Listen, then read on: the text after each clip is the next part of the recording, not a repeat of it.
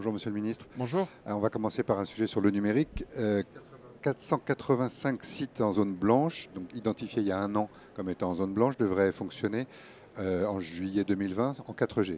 Aujourd'hui, d'après l'agence des télécoms, il y en a 4 qui fonctionnent aujourd'hui. Est-ce que quelque chose d'inquiétant? Est-ce qu'il y a des raisons de s'inquiéter de ce retard? Est-ce que c'est un retard? Et est-ce qu'il y a un problème au niveau de la livraison de la part des opérateurs? Non, pas du tout. Aujourd'hui, et vraiment je voudrais insister dessus, il y a une très forte dynamique et je crois même pouvoir dire, sans flagornerie aucune, qu'il n'y a jamais eu une dynamique aussi forte de déploiement, que ce soit de la téléphonie mobile ou que ce soit du numérique. Ça résulte de quoi? D'abord d'une vision politique très forte. Aujourd'hui, on ne peut pas accepter que dans nos territoires, dans nos ruralités, il y ait des zones où vous n'avez pas les barres sur votre téléphone portable ou que vous n'avez pas un Internet de bonne qualité. Et donc le président de la République lui-même a assigné au gouvernement, et à moi en particulier, des objectifs très clairs dessus. Mais le deuxième élément, c'est qu'on a changé les choses, notamment côté de l'État. L'État, en fait, avait une approche qui était une approche qui favorisait les zones urbaines et pas les zones rurales. C'était ça la réalité. C'était le fameux système des enchères où on disait aux opérateurs, pour que vous fonctionnez, vous avez besoin de fréquences, eh bien nous, l'État, on va vous demander des enchères financières. La conséquence, c'est que les opérateurs donnaient toujours plus d'argent pour avoir et gagner les fréquences, et que de l'autre côté, eh ben, ils allaient se refaire dans les zones où il y avait le plus de clients. Et donc on a arrêté cela. On a dit en revanche aux opérateurs, maintenant on va vous donner vos fréquences si vous allez dans les zones rurales. Et la conséquence, c'est quoi?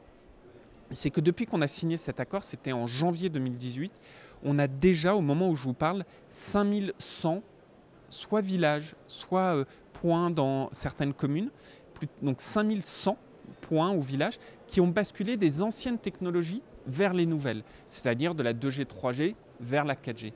Et au même moment, on a des centaines de zones blanches, c'est-à-dire des zones où il n'y avait même pas les anciennes technologies, qu'on est en train de résorber. Et d'ici juillet, effectivement, il y en aura près de 500 qui vont être résorbés. Et on est dans un rythme tout à fait logique, même s'il y en a 4 aujourd'hui, mais il y en aura 500 cet été, parce que ce sont des projets qui en fait ont été lancés au même moment et qui donc avancent avec le même rythme et qui seront finalisés à temps. Je peux vous dire que j'y veille comme le lait sur le feu, de m'assurer que tout sera livré en temps et en heure, parce que c'est la demande de nos citoyens et il faut le faire. Mais qu'est-ce qui explique justement que chez de nombreux élus et pas mal de citoyens aussi, il y a cette espèce d'impression qu'en fait les choses n'avancent pas ou n'avancent pas assez vite? Parce que je pense que d'abord, ça fait des années qu'on a promis des choses aux élus, aux citoyens, et qui en fait n'étaient jamais des engagements contraignants. Moi, j'ai créé en janvier 2018 un contrat, mais un contrat contraignant avec les opérateurs. C'est-à-dire que s'ils ne respectent pas les délais, ils ont des sanctions, et y compris financières, prises par le régulateur qui s'appelle l'ARCEP. Donc j'ai créé un cadre qui n'était pas un cadre de bonne volonté, où chacun disait « je ferai mes meilleurs efforts pour arriver à » ce qu'on a vécu pendant des années et des années. J'ai créé un cadre contraignant. Donc les opérateurs ont l'obligation. Et puis le deuxième constat que je fais, c'est que l'impatience, elle est là.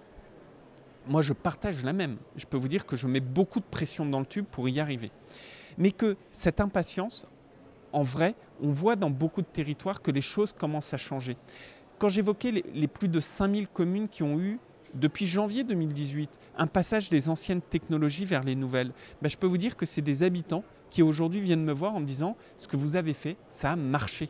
Et donc, on sent aujourd'hui que, ça y est, les choses commencent à bouger parce qu'on a obligé, c'est ça la réalité. Dernière question sur le logement indigne. Vous sortez d'un débat dans le cadre du congrès de l'AMF sur ce sujet.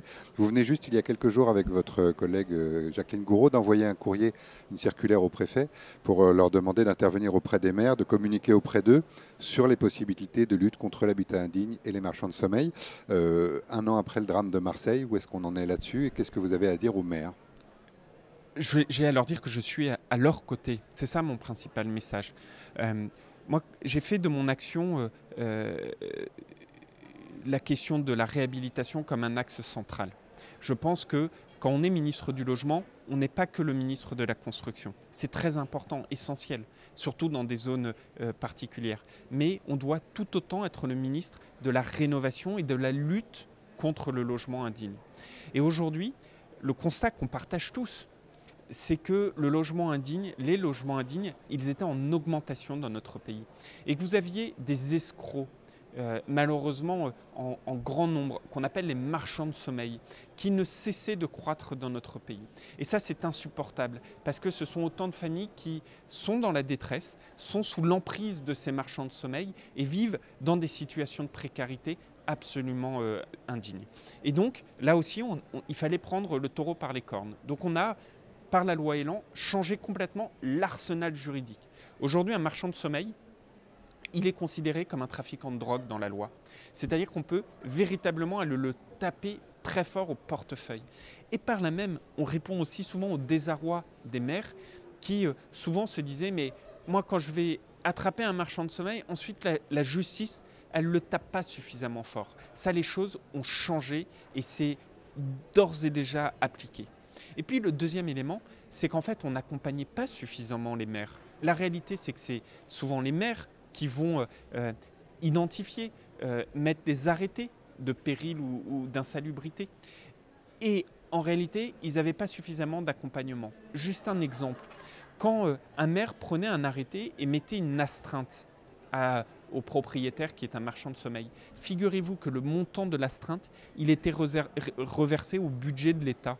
C'est incompréhensible. Comment voulez-vous qu'aujourd'hui, on ait un système qui puisse croître, être en expansion, si dès lors que celui qui va identifier, qui a le courage d'aller taper le marchand de sommeil, d'aller frapper à sa porte, de lui mettre l'astreinte, à la fin des fins, c'est au bénéfice du budget de l'État. Ça ne peut pas marcher comme ça. Et donc, dans le courrier que j'ai adressé au maire, j'aurais dit, j'ai changé les choses. On a maintenant un arsenal juridique très fort et on a maintenant un système qui fait que quand vous prenez une astreinte, vous pouvez d'ailleurs le faire de manière beaucoup plus facile, la somme de l'astreinte, elle vous est reversée à vous pour permettre d'étayer le service, par exemple, de lutte contre l'insalubrité, etc., etc. Donc on a changé, on a remis les choses dans le bon ordre avec simplement une vision qui était la mienne, qui est accompagner ceux qui font sur le terrain et le plus souvent les maires. En appui avec les services de l'ARS ou autres. Enfin, c'est toujours en réalité le maire qui à la fin pilote la chose. C'est ça tout le changement de logique qu'on a fait et on a les premiers résultats là aussi qui apparaissent. La table ronde était très intéressante parce qu'on sent que il y a cette mobilisation collégiale pour faire de la lutte contre ce fléau une priorité. On a aujourd'hui les outils, la volonté partagée, donc on avance et il faut qu'on avance très rapidement. Merci beaucoup, Monsieur le Ministre. Merci à vous.